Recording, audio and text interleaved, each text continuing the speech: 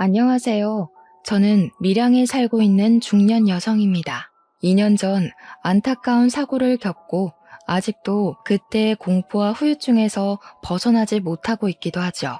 여전히 제 탓 같기만 한 그날의 일 때문에 남편 생각이 많이 나는 오늘입니다. 날이 좋아도 흐려도 남편 생각이 내내 가슴속에서 떠나질 않아 괴로운데 이게 참 병원의 힘으로도 극복하기가 어렵더라고요. 제가 전생에 큰 잘못을 지었기 때문에 일이 벌을 받는다고 해야 되는 걸까요? 밤만 되면 우는 것도 지치고 새벽 도중 잠에서 깨서 한참을 멍 때리고 있는 시간도 너무 힘이 들어서 사연을 찾게 되었어요. 그래도 이곳에는 저만큼이나 힘든 경험을 한 사람들이 수두룩하더라고요. 다들 위로받아 가시길래 저도 한번 글을 남겨봅니다. 저는 저랑 남편 그리고 아들까지 해서 셋이서 살고 있었어요.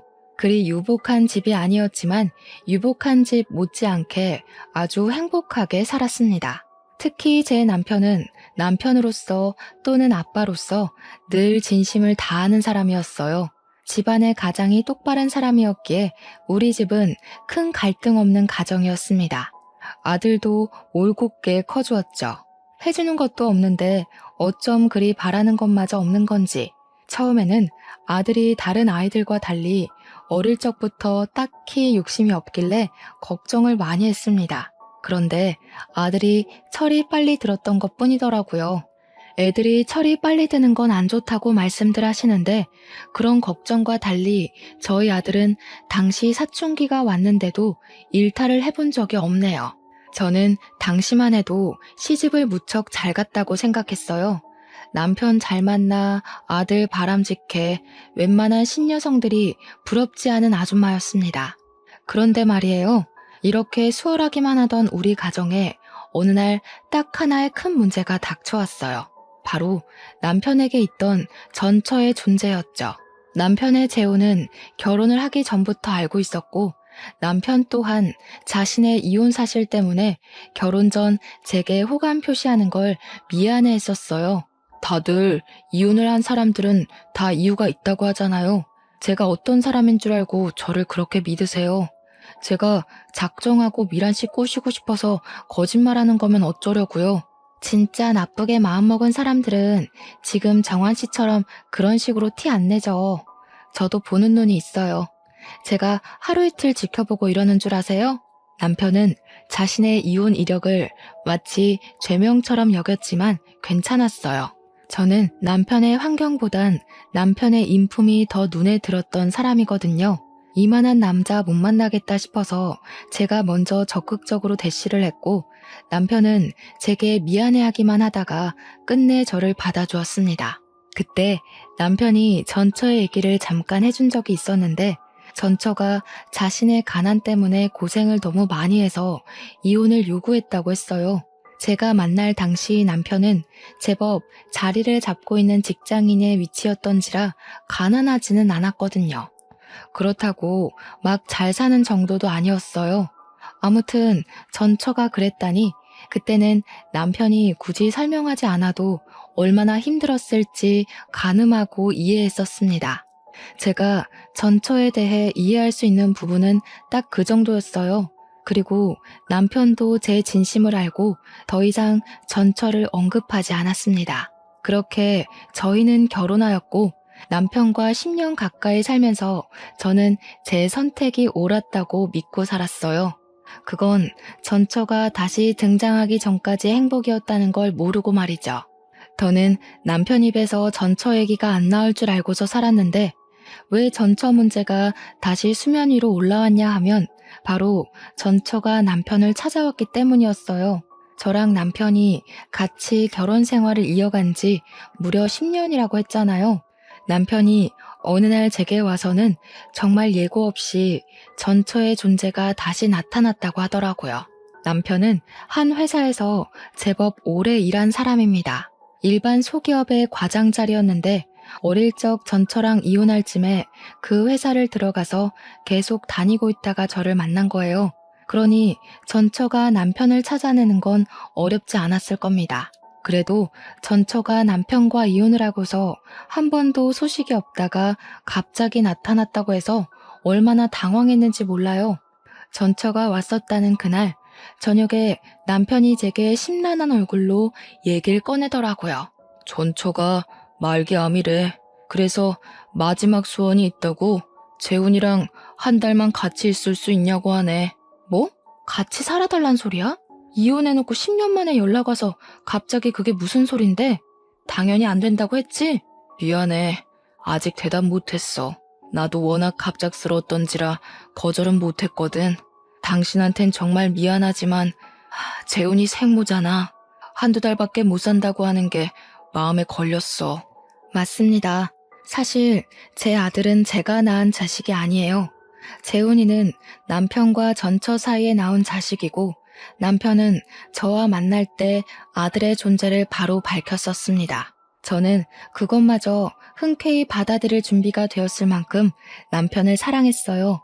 그리고 우리 아들을 남편의 아이라고만 생각했지 절대 전처의 아이라고는 생각하면서 살지 않았습니다. 아들은 제 품에 안겼을 때 겨우 2발로 걷는 아기였어요. 당연히 아들이 큰 뒤로 생모의 존재가 있다는 걸 따로 알려주긴 했습니다. 아들이 처음 알고 좀 혼란스러워하긴 했으나 저는 말해주었어요. 나는 아기 때부터 너를 키우면서 한 번도 생모가 따로 있다고 생각하고 키운 적 없었다고 말이죠. 아들도 제 마음을 알아주어서 엄마인 제 존재를 부정하거나 그런 일은 없었습니다. 그런데 전처가 갑자기 나타나 제 아들에게 눈독을 들이다니요. 왜 잘 살고 있는 우리 가정을 휘저으려 하는 건지 이해가 안 되었어요. 이미 자기가 포기한 남편이고 아들이잖아요. 아무리 죽을 때가 되었다고 하지만 이미 다른 가정이 있는 사람을 왜 다시 찾냐는 말이에요. 자기가 죽을 병에 걸렸으면 남의 남편이 된 전 남편을 다시 찾아도 되는 건가요? 그게 감동적이고 가슴 아픈 스토리라고 생각하는 걸까요? 전처도 전처지만 저는 남편에게도 처음으로 실망이란 걸 했습니다. 남편이 전처가 무슨 부탁을 했든 확실하게 거절만 했어도 저희 집안 공기가 바뀌진 않았을 거예요. 그날 이후 우리 집에는 한 번도 느끼지 못했던 냉기가 흘렀습니다. 저는 남편의 생각을 당연히 단호하게 거부했고 남편은 그것에 대해 계속 고민하면서 시간을 흘려보냈죠. 그러던 어느 날 남편이 베란다에서 누군가와 통화하는 걸 보았어요. 슬그머니 가서 엿들었더니 통화 상대가 전처인 것 같더라고요. 그럼 입원 안 하고 그냥 집에서 보내려는 거야? 그러다 갑자기 큰일 나면 어쩌려고? 괜찮겠어? 어차피 가망이 없는 삶인데 언제 죽든 상관없지 뭐. 차라리 빨리 죽어버렸으면 좋겠다는 생각도 해. 너무 아플 때면 스스로 목숨도 끊고 싶더라. 그런 생각하면 안 되지. 할 수 있는 데까지는 버텨야 돼. 기다려봐. 내가 어떻게든 아내 설득해볼게. 우리 와이프 그렇게 나쁜 사람 아니라서 당신 입장 이해해 줄 거야. 남편이 저를 잘 모르는 부분도 있었나 봅니다. 그럴 수밖에요. 10년 넘게 살아오면서 저 또한 남편에게 이럴 수 있는 여자라는 걸 처음 알았거든요. 저는 둘의 통화를 참지 못하고 베란다로 들어갔습니다. 남편의 휴대폰을 빼앗아 제가 받았어요. 저희 남편이 저를 잘 모르는 것 같아서 대신 말씀드릴게요. 말기암이라는 건 정말 유감입니다. 그런데 제 아들은 안 돼요. 가족이란 건 이미 손 놓으셨으면 그걸로 끝이라고 생각해요. 이렇게 다시 찾아서 남의 가정 뒤흔들어 놓을 거였으면 이혼을 하지 말았어야죠. 여보, 일이 돼. 지금 그런 상황 아니야. 들어가서 설명할 테니까 휴대폰 이리 줘. 말기암이면 남의 가정이 파탄 나든 말든 그렇게 이기적이어도 되는 거예요? 아무리 죽기 전에 마지막 소원이라지만 기본적으로 윤리는 지켜야죠. 저는 그쪽 때문에 죽겠다고요. 남편은 결국 제게 큰 호통을 치면서 휴대폰을 강제로 앗아갔습니다. 그리곤 전처에게 다시 전화하겠다는 말을 하고서 끊었고 방으로 들어가 버렸어요. 속이 열불이 난다는 기분이 어떤 건지 그때 처음 느껴봤네요. 저희 집은 원래 큰 소리가 나는 집안이 아닌데 전처의 등장 이후로 번번이 큰 소리가 나니 아들도 깜짝깜짝 놀라는 것 같았어요. 아들은 저와 남편이 목청을 높일 때마다 불안했는지 한 번씩 방 밖을 나와서 눈치를 보더라고요. 이렇게 시간만 보내다간 뭐 하나 해결되는 거 없이 가족 관계가 망가져 버릴 것 같았어요. 계속 이렇게 날짜만 보낼 수는 없었어요. 그 망할 전처의 존재 때문에 저희 집이 이렇게나 흔들려야 하는 걸 두고 보기가 힘들었습니다. 남편도 전처에게 시간이 얼마 없으니 초조해지는지 더 예민하게 행동하더라고요. 우리는 결국 아들의 뜻에 따르기로 했습니다. 아들에게 이 커다란 문제를 떠안기기 미안했지만 어쨌든 전처에게 가야 할 사람은 아들이니까 아들의 생각이 중요했어요. 처음 아들에게 물었을 때 아들은 저를 생각해 주는 건지 남편의 제안을 거절했습니다. 그런데 그럼 통화만 해달라는 전처의 부탁을 남편이 또 거절 못하고 안고 와서는 그날 아들과 전처가 처음으로 통화를 하게 되었어요. 그것도 제가 있는 앞에서 말이죠. 이름이 재훈이라고 그랬니? 엄마는 네 이름을 상열이라고 지었었는데 바꿨구나. 아직 우리 아들이 엄마는 많이 낯설 거야. 엄마가 너를 두고 떠날 수밖에 없었던 건 정말 미안해. 아들 입장에선 엄마를 용서할 수 없겠지만 그래도 기회 한번 주면 안 되겠니? 엄마가 다른 건 안 바라고 죽기 전에 아들 얼굴 한 번만 보고 싶어서 그래. 착한 우리 아들은 생모의 절절한 부탁에 결국 마음이 약해서 거절을 하지 못했고 우리와 상의 없이 이미 전처에게 알겠다고 약속을 해버렸더군요. 생모는 남편처럼 재혼도 안 하고 혼자 계속 살았고 변변한 직장도 없이 기초 수급자로 계속 지내온 듯 했습니다. 저희 아들에게 그런 점을 더 어필했어요. 다른 건 모르겠고 자꾸 제 아들에게 엄마 거리는 게 무척 거슬리더군요. 그래서 또 한 번 휴대폰을 빼앗아 전처에게 따지고 싶었지만 아들의 선택이니 참을 수밖에 없었습니다. 아들은 통화를 끊고 나서 제게 미안하다고 눈물을 보였어요. 가슴이 아팠습니다. 이게 어디 아들 잘못인가요? 전처에게 정을 떼지 못하고 있었던 남편의 어리석은 판단 때문이지. 결국 저는 저 나름대로 속이 미어 터졌지만 우리 아들을 전처 품에 한 달 동안 보내주기로 결정을 내렸습니다. 남편이 아들을 싣고 전처에게 데려다 주려는 첫날 제가 얼마나 많이 울었는지 모릅니다. 마치 남편과 아들을 빼앗기는 기분을 느꼈거든요. 그렇게 아들 없이 한 달을 살아야 했던 기간 동안에 제 세상은 거의 구천이나 다름없었어요. 하루가 1년처럼 길기만 했습니다. 제가 시름시름 앓으며 점차 기운을 잃어가니 남편이 제 걱정이 되긴 했나 보더라고요. 매일 아들을 찾아가서는 저한테 아들 사진 보여주고 잘 있다고 계속 안심시켜 주었습니다. 남편은 일부러 저를 위해 전처가 걸려있는 사진은 보여주지 않으려고 했었어요. 하지만 제 머리엔 남편과 전처와 아들이 함께 있는 모습이 자꾸 그려졌고 분명 다 내 가족들인데 제가 마치 불청객이 된 것 같은 느낌을 계속 받았습니다. 그래서 그때마다 제 목소리는 자꾸 뾰족하게 흘러나갔죠. 어쩌라고? 나한테 자랑하는 거야? 지금 당신이랑 아들이 누구를 더 원하는지 그걸 보여주고 싶은 거야? 그런 게 아니잖아. 재훈이는 계속 너 보고 싶다고 해. 우리가 아무리 전처 사정 봐주고 있다고 하지만 내 아내는 너고 재훈이 엄마도 너야. 네가 안 불안해했으면 좋겠기에 나도 최대한 노력하고 있는 건데 왜 몰라줘? 솔직히 힘들잖아. 나는 아직도 말이 안 된다고 생각해. 어느 집 사람이 전처 죽을 때 됐다고 남편 갖다 바치고 아들 갖다 바치고 하겠어. 남편은 저 위로되라고 노력하는 거겠지만 남편이 노력하면 할수록 저는 더더욱 남편의 재혼녀밖에 안 된다는 인식만 커갔어요. 밤새 몰래 우는 것도 지쳐가며 보낸 시간이 어느덧 한 달째가 되던 날, 그 하루 전날이었습니다. 남편은 어김없이 아들에게 방문을 했고 그날은 작별하기 하루 전이라 전처랑 마지막 저녁 식사를 같이 해주기로 했다네요. 전처도 더 이상 아들 안 찾겠대. 내일 입원한다고 하더라고. 병원에 데려다 주기로 했어. 그동안 내 사정 이해해줘서 고마워. 내가 앞으로 당신한테 더 잘할게. 전처가 다른 말 해도 이젠 더 이상 안 봐줘. 무조건 내 아들 데리고 오는 거야? 그리고 그 여자가 어떻게 눈을 감든 그것도 당신이 신경 안 썼으면 좋겠어. 당연하지. 전처도 가족 있으니까 마지막 가는 길엔 굳이 나랑 아들이 필요 없어. 나도 그렇게까지 해줄 생각은 없고. 다시 한번 말하지만 나 전처한테 아무런 마음도 없어. 내가 좋아하는 건 당신이야.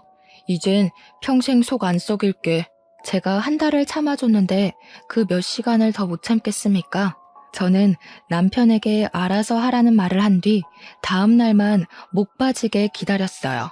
다음 날이 되면 남편이 아들을 또 데리러 갈 것이고 제 아들은 다시 제 품으로 돌아올 테니까요.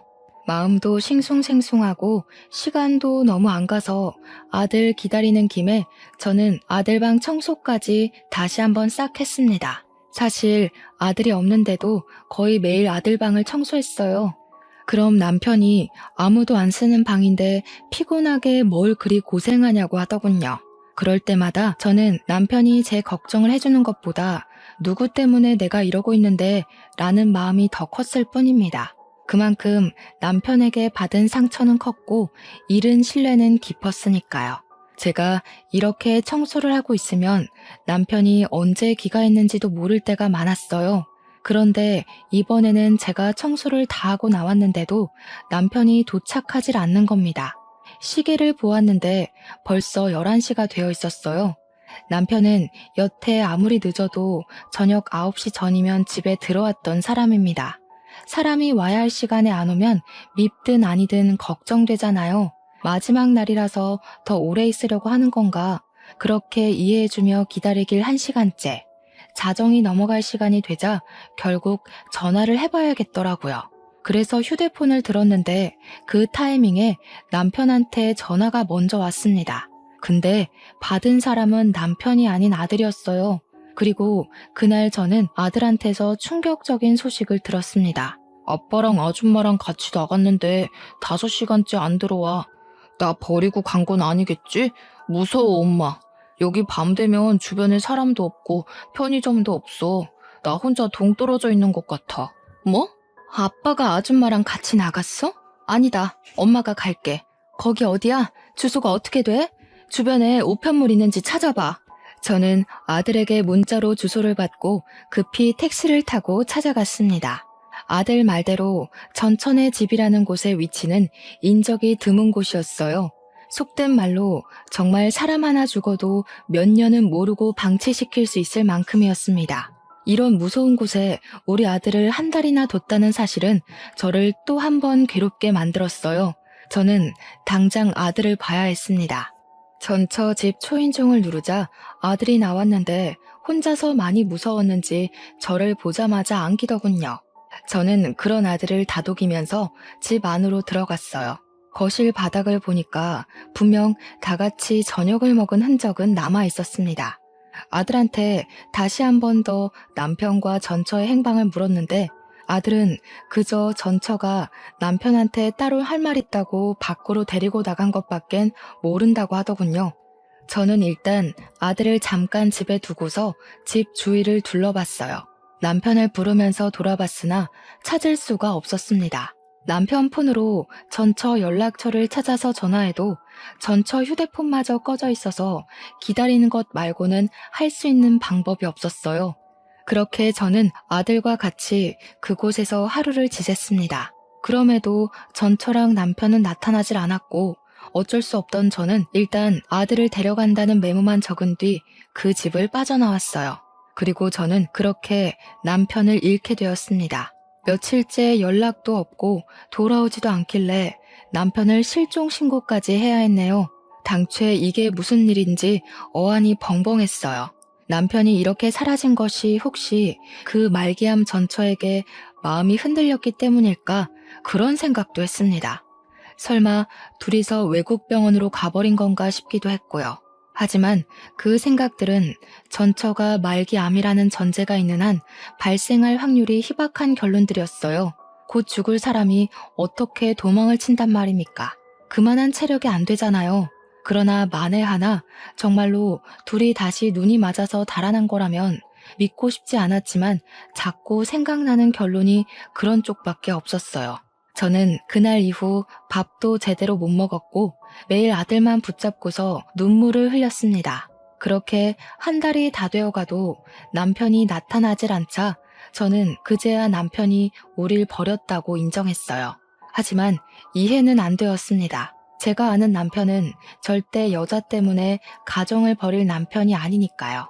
어느 정도 시간이 흐른 뒤에는 남편 실종 사정도 제게 무척 중요한 일이지만 그보다 당장 눈앞의 경제 생활이 더 문제가 되었어요. 그래서 저는 일단 심란한 마음을 억누르고 직장을 찾아야 했습니다. 그렇게 그날도 마찬가지로 아르바이트 면접을 보고 돌아오던 날이었어요. 통장에 얼마 있는지 잔액을 확인한다고 잠깐 은행을 들렸는데 그곳에서 뜻밖의 인물을 만나게 되었는데요. 바로 남편의 전처였어요. 창구에 일을 보러 온 것 같더라고요. 옆에는 모르는 남자까지 끼고 있었습니다. 그런데 여기서 제가 혼란스러웠던 건 분명 전처는 말기암이라고 했는데 그날 제가 본 모습은 다 죽어가는 저보다 건강해 보였고 사이좋게 손잡고 있는 아저씨랑도 마주보고 잘만 웃고 있었어요. 누가 저런 사람을 보고 말기암이라고 할까 싶을 정도의 멀쩡한 몸뚱어리였습니다. 이미 남편이 말했던 전처의 시한부 기한은 지난 상태였어요. 남편 말대로라면 전처는 이미 이 세상 사람이 아니어야 했다고요. 그런데 왜 살아있는 거지? 너무 혼란스러우면서도 전처랑 같이 있어야 할 제 남편의 존재가 궁금했습니다.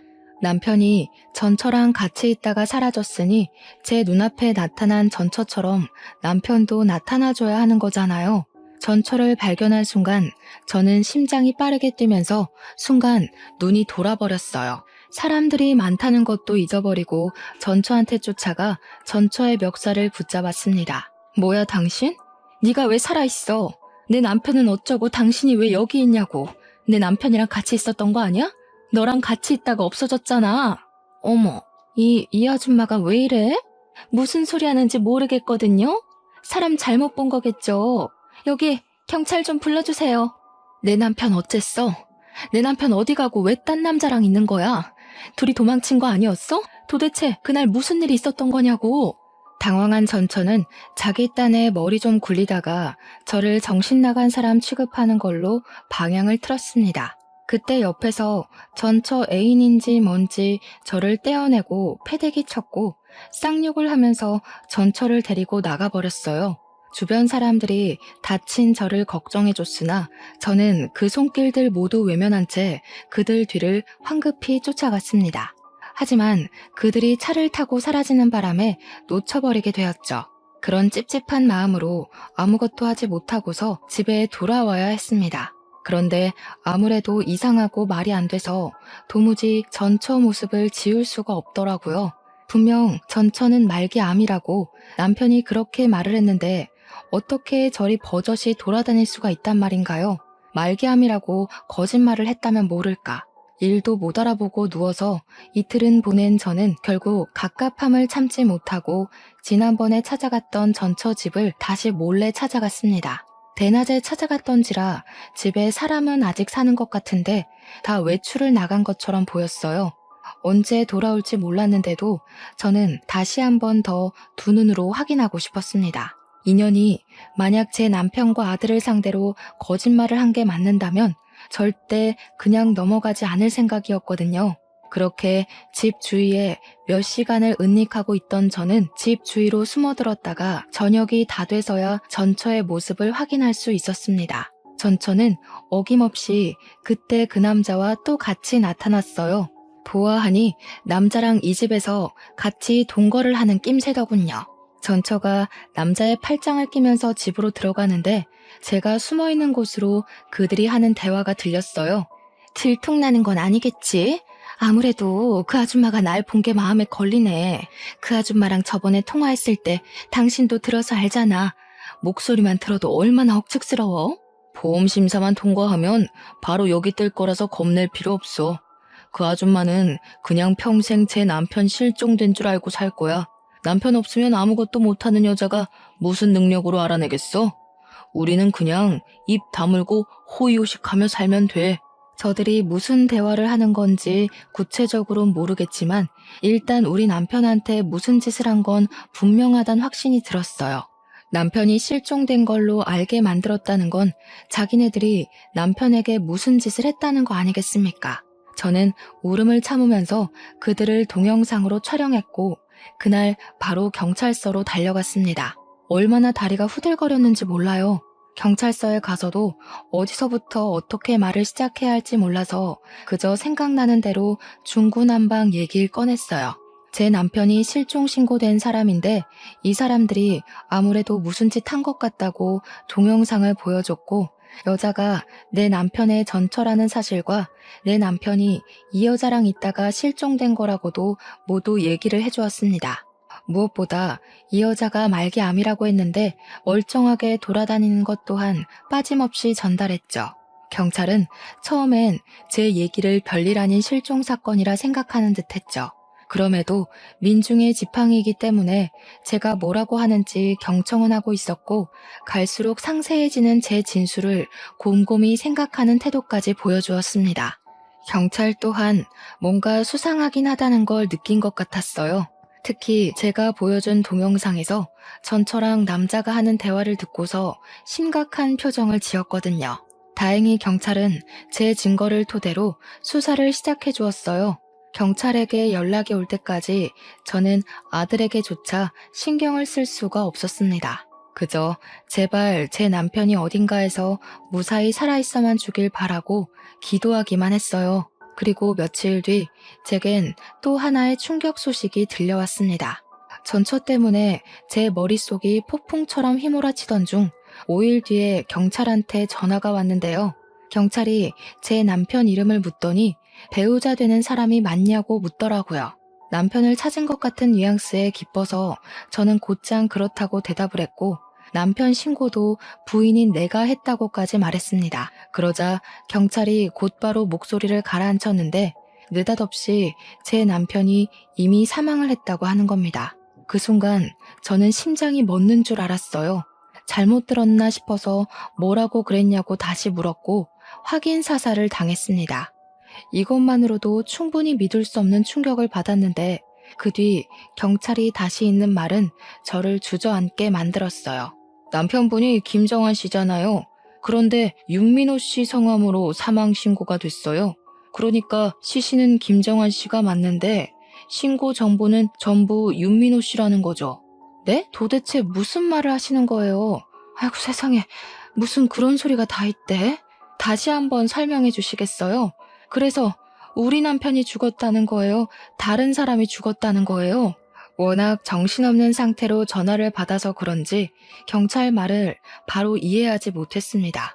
제 남편이 사망을 한 건 맞는데 우리 남편 사망 처리가 남편의 신원이 아닌 다른 사람의 신원으로 등록이 되어 있다고 하더라고요. 그러면서 경찰이 다시 한번 윤민호라는 이름을 말을 해줬어요. 하지만 아무리 머리를 굴려봐도 그 이름은 생전 처음 듣는 이름이었고 우리 남편 아는 사람 중에서도 그런 이름은 들어본 적이 없었어요.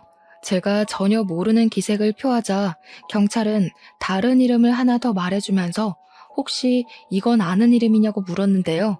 그때 돋은 소름이 아직도 기억이 납니다. 경찰은 제게 전처 이름을 언급했고 저는 흥분해서 그 사람이 바로 남편의 전처라고 얘기를 했어요. 그러니 경찰 쪽에서 오는 반응은 역시나라는 느낌이었습니다. 경찰은 한숨을 푹 쉬면서 아무래도 사망보험금 수령을 위한 보험살인 같다고 하더군요. 전처가 분명 말기암 환자라고 했는데 전처 앞으로 된 진단명 같은 건 전혀 조회되지 않았다고 하면서 말이죠. 살인이요? 지금 제 남편이 살인을 당했다는 거예요? 아니, 보험살인이 뭔데 그런 게 있어요. 우리 남편이 왜 그런 일에 연관이 되어 있는 건데요? 살인이라니. 일평생 저랑은 관계없을 것 같은 단어의 등장에 긴장이 덜컥 되었습니다. 대체 이게 뭔 난리인가 싶어서 일단은 경찰이 해주는 말을 부정했어요. 내 남편 사망 아니라고 뭐 잘못한 거 아니냐부터 내가 애초에 실종해서 신고를 했던 건데 뜬금없이 사망 소식을 전하는 게 말이냐고 대체 이게 뭔 소리냐고 겁에 질려서 질문만 했어요. 하지만 경찰한테서는 제가 듣고 싶은 대답을 들을 순 없었고 오히려 반복적인 답과 더욱 깊은 내막만 알게 되었습니다. 전처는 저희 남편과 이혼을 하고 재혼을 했다고 했어요. 자기 재혼남이랑 짜고 재혼남에게 든 사망보험금을 타기 위해 의도적으로 제 남편에게 접근을 했던 거랍니다. 제 남편이 복숭아 알레르기가 있는데 그걸 알고 있던 전처가 술에다 복숭아즙을 타서 남편을 호흡곤란으로 죽음에 이르게 했고 죽은 제 남편을 재혼남으로 위장시켜 재혼남의 사망보험금을 타려고 했던 것이래요. 실제 재혼남 앞으로 사망보험이 너무 많이 들어있어서 이를 수상하게 여긴 보험회사가 조회를 하고 조사를 시작했고 사기라는 것이 발각되었다고 했습니다. 보험회사에서 온 연락이 마침 제 남편 사건을 조사하던 중에 신고가 들어와서 그들이 바로 경찰에 잡힐 수 있었다고 합니다. 그 전화 한 통으로 제가 간절히 바랬던 남편의 복귀는 이루어질 수 없는 허상이 되어버렸어요. 전화를 끊고 나서 저는 또 울음을 터뜨려 버렸습니다. 남편의 부고 소식은 저의 모든 걸 무너뜨렸지만 일단은 경찰서로 가야만 했어요. 그곳에서 저는 다시 전처를 보게 되었습니다. 그리고 전처와 같이 그 옆을 지키고 있는 사람은 다름 아닌 그때 그 은행에서 마주쳤던 아저씨였어요. 저들이 제 남편을 보험 타먹으려고 죽게 만들었다는 거잖아요. 경찰에게 듣기만 했을 때보다 직접 눈앞에서 그 욕망에 찌든 모습을 보니 제 분노는 이루 말할 수 없이 솟구쳤고 저는 아랑곳 없이 다짜고짜 달려가 전처 등짝을 패기 시작했어요. 당신들이 사람이야? 어떻게 내 남편을 그런 식으로 이용을 해? 한때 가족이었던 사람한테 어떻게 그럴 수가 있냐고. 내 남편은 네가 죽는다고 했을 때 아들 생모라고 안쓰러워하기까지 했는데 어떻게 그런 착한 사람한테 정신 나간 짓을 할 수가 있어? 전처는 제게 두들겨 맞는 것에 짜증내면서도 자기 재혼남한테 성질을 부렸습니다. 내가 이 아줌마 찝찝하다고 했지. 진작에 이 아줌마까지 손봤으면 걸리는 일 없었을 거 아니야. 대담한 짓까지 해놓고 왜 이런 실수를 대비 안 해? 네 탓이라고? 집 주소 들킨 게 누군데? 애초에 너네 집 노출 안 시키고 어디 다른 데로 애 불렀으면 이런 일까지 안 왔겠지. 둘은 서로 반성할 기미는 안 보이고 서로 제 남편 죽인 걸 등한시하고 있었습니다. 제 남편의 죽음이 이런 골빈 사람들 때문에 더더욱 가벼워지는 게 너무 싫었어요. 저는 오열을 하면서 바로 전처의 머리채를 잡고 흔들었습니다. 차라리 말기암 걸려서 죽어버리는 게 나았다고, 왜 살아서 나한테 이런 끔찍한 경험을 안겨주냐고 원망하였어요. 나 때는 그놈 쥐뿔도 없었다고. 전부인한테 이 정도는 해줄 수 있는 거잖아. 그놈 가난뱅이일 때 고생한 건 나야. 뒤치다거리 내가 다 해줘서 취직시켰던 거라고. 고생이란 고생은 내가 다 했는데 정작 보상을 당신이 받는 건 억울하지. 아무리 그래도 그렇지 어떻게 사람을 죽일 생각을 해? 네가 뭐라고 짓거리든 짐승만도 못한 짓 벌인 건 사실이야. 착한 사람 이용해서 죽여놓고 뻔뻔하게 변명하고 싶어? 남편이 날 버린 줄 알고 얼마나 원망했었는데 니까짓게 이런 짓을 벌인 줄도 모르고 나는 남편이 가는 순간에도 남편 욕만 했었다고. 우리가 뭘 잘못했다고 이런 지옥을 떠넘겨? 그런 남자 골라서 결혼한 건 그쪽 선택이잖아. 그쪽이 잘못 선택해서 이 꼴난 걸 왜 나한테 따져? 내 전남편 재혼녀가 그쪽 아니었어도 전남편은 이렇게 될 운명이었어. 당신이 거길 기어들어온 거잖아. 솔직히 당신도 돈 못 받을까봐 이렇게 난동 부리는 거 아니야? 남편이 전처의 처지를 얼마나 잘 이해해줬는데 어떻게 이런 저급한 발언을 할 수가 있는 건지. 이런 괴물 같은 사람이 같은 땅을 밟고 살아가고 있다는 게 믿기지가 않았어요. 저는 참지 못하고 전처의 뺨을 후려쳤습니다. 전처 재혼남은 전처랑 다퉈서 전처한테 기분이라도 상했나 보더라고요. 제가 전처의 뺨을 때리든 말든 신경 안 쓰는 거 있죠? 이 괴물 같은 년아, 너 같은 잡종들은 절대 깜빵에서 나오면 안 돼. 평생 깜빵에서 썩을 준비나 해야 될 거야. 감히 착한 내 남편을 죽이고 다시 바깥 놔둘 수 있을 것 같아? 네가 기어 나오면 내가 또 쳐넣을 거니까 평생 네가 뭘 잘못했는지 뼈저리게 느껴보라고. 제 남편은 정말 좋은 마음으로 전처의 마지막 길을 배웅해 주려고 했던 건데 왜 죽어서 돌아와야 했을까요? 생각할수록 너무 화가 났고 전처랑 재혼남에게서 반성의 기미가 안 보여 더 괴로웠습니다. 고작 돈 때문에 제 남편을 죽게 만든 전처를 용서할 수 없었던 저는 제 선에서 가능한 재산을 털어 유능한 변호사를 선임했고 저 둘이 최대한 많은 형량을 받을 수 있도록 물심양면 알아봤어요. 남편의 마지막 가는 길 배웅도 못 해줬는데 남편의 억울함이라도 풀어주고 싶었거든요. 저는 이걸 저만 알도록 그대로 묻히지 않고 남편 잃은 억울함을 각종 뉴스에 제보했습니다. 보험 사기와 관련해 인터뷰까지 자처해서 진행했어요. 전처를 만나고 온 남편이 실종되어 결국 사망한 사건으로 많은 매스컴의 관심을 받게 되었죠. 방송국에서 그토록 많은 러브콜을 주어서 정신없는 시간을 좀 많이 보냈어요. 전처와 재혼남의 얼굴은 까발려지지 않았지만 신상은 이미 다 공개가 되었고 그들은 기사를 접한 온 국민에게 질타의 대상이 되었습니다. 그렇게 산만한 시간을 보낸 뒤 저는 제 남편의 사망 신고도 남편 이름으로 다시 정정 신고를 했어요. 다른 사람 이름이 적힌 유골함도 남편의 이름을 찾아주어 제가 아는 납골 땅으로 이적해 안치해 두었습니다. 우리 불쌍한 남편, 가족들이랑 인사도 못하고 제 명이 아닌 시기에 운명을 달리하여 얼마나 한이 맺혀 있겠습니까? 장례식도 제 손으로 치러주지 못했는데 어떻게 착하게만 살았던 사람에게 이리도 불행하게 생을 마감시키는 건지 하늘이 원망스러웠어요. 이렇게 제게서 남편을 앗아간 그 썩을 놈들을 고소했는데도 제 마음은 구멍이 뚫린 것 마냥 허하기만 했습니다. 아무래도 제가 뭘 하든 남편은 영영 돌아올 수 없는 곳으로 가버렸다는 사실을 받아들이기 싫었기 때문이겠죠. 이런 제 사정을 알아주신 건지 보도를 탄 이후 저희 동네뿐만 아니라 모르는 사람들까지도 저와 아들의 처지를 알아봐 주셨어요. 우선 동네에서는 아주머니들이 어린 아들이 있는데 제가 밥도 못 먹고 기운도 못 차리니까 그게 걱정이 되었는지 반찬도 많이 챙겨주시고 아들이 좋아할 만한 맛있는 식품도 많이 챙겨주셨고 또 제 아들에게는 용돈을 쥐어주는 분들도 계셨어요. 그땐 아들이 길에만 나가면 하루 5만 원에서 10만 원은 쥐고 귀가를 했었습니다. 뿐만이 아니었어요. 사회에서는 저희에게 더 큰 마음을 보여주었습니다. 가족이 없고 남편이 유일한 보호자였던 제게 보험회사가 연락이 왔는데 남편의 사망보험금 총 2억을 지급해 주더라고요. 그리고 이 사실이 남편의 회사에도 소문이 퍼져서 직원들이 남편을 위해 위로금 3천만 원을 모아주었고 남편의 퇴직금까지 받게 되었습니다.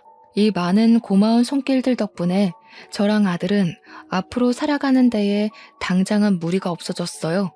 남편이 좋은 사람이 맞다는 게 이렇게 또 증명이 되니 감사하면서도 제 마음이 울적하더라고요. 그래도 이 모든 도움들은 남편이 저희에게 남기고 간 마지막 가장의 책임감이 아닌가 싶습니다. 하지만 그런다고 가장을 잃은 무게는 저와 아들에게 평생 지울 수 없는 아픈 상처로 남을 겁니다. 그때로부터 2년이 지났음에도 현재 저는 우울증의 정신과 약까지 복용을 하고 있어요. 아직도 과거의 기억에서 벗어나지 못했고 남편이 제게 처음 전처의 소식을 갖고 온 그날 남편을 더 심하게 뜯어말렸더라면 이런 사고를 막을 수 있지 않았을까 후회를 계속하고 있답니다. 머릿속에 가득 차서 일상생활이 불가능할 정도로요. 근데 그게 우리 아들한테도 영향을 끼쳤나 봅니다. 아들은 한참 친구들이랑 뛰어놀 나이인데도 학교 마치면 늘 바로 귀가를 해서 제 곁에 있어줘요. 저를 억지로 일으키고 맛있는 거 먹고 싶다고 조르고 가끔씩 산책도 데려나가 줍니다. 아빠도 없는데 엄마까지 잃으면 자기는 정말 살 수가 없다고 하는 아들의 말을 들을 때면 저도 잠시 정신이 번쩍 들긴 해요. 제가 차마 아들한테는 아빠가 그렇게 돌아가셨다는 말은 못 해줬고 사고로 눈을 감았다고만 알렸거든요. 그러니 아들이 아빠가 돌아가신 건 제 잘못이 아니라고 더 기운을 북돋아주는 거 있죠. 그런데 아들도 한편으로는 아빠의 죽음이 자기 때문이라고 말할 때가 있는데요. 자신이 생모를 보러 가겠다고 결정하지 않았으면 아빠가 안 죽었을 거라고 생각하더라고요. 어린 나이에 얼마나 가슴 아픈 자책입니까? 저희는 이렇게 서로 번갈아 가면서 자책을 하며 살고 있어요. 무려 2년이나 지난 일인데 말이죠. 가족을 잃어본 사람들은 저희의 입장을 이해해 줄 거라 생각합니다. 그런 나쁜 놈들 때문에 착한 우리 남편이 희생되었는데 그걸 어떻게 잊겠어요? 어떻게 보내주겠습니까? 생각은 깊어지고 그럴수록 후회는 늘어가니 잠을 자기가 힘들어 수면제 없이는 밤을 보낼 수가 없을 지경까지 이르러 버렸네요. 그렇게 많은 사람들이 제 남편의 억울한 죽음을 알아주었는데도 저는 또 이렇게 남편의 죽음을 알리러 사연을 씁니다. 남편이 세상에서 잊히지 않았으면 좋겠고 이렇게 해서라도 한 맺혔을 우리 남편의 마음을 위로해주고 또 위로해주고 싶거든요. 이것만이 제가 남편을 위해서 할 수 있는 최선이지 않을까 싶습니다.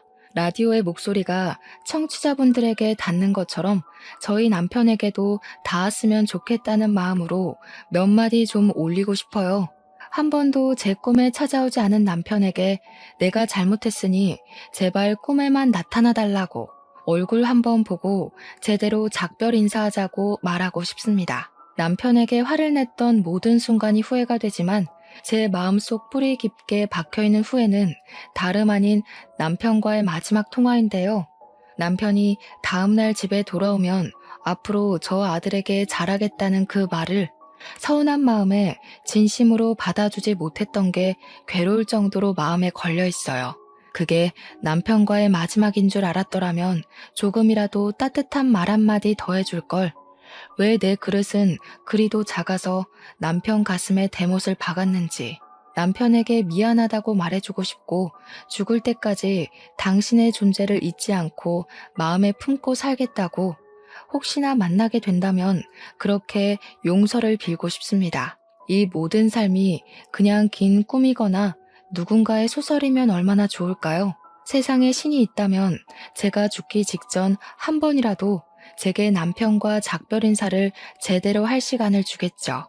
그날을 손꼽아 기다리면서 아들과 함께 이 고된 시간을 버티며 살아가도록 하겠습니다. 제 남편 이야기 들어주셔서 감사해요.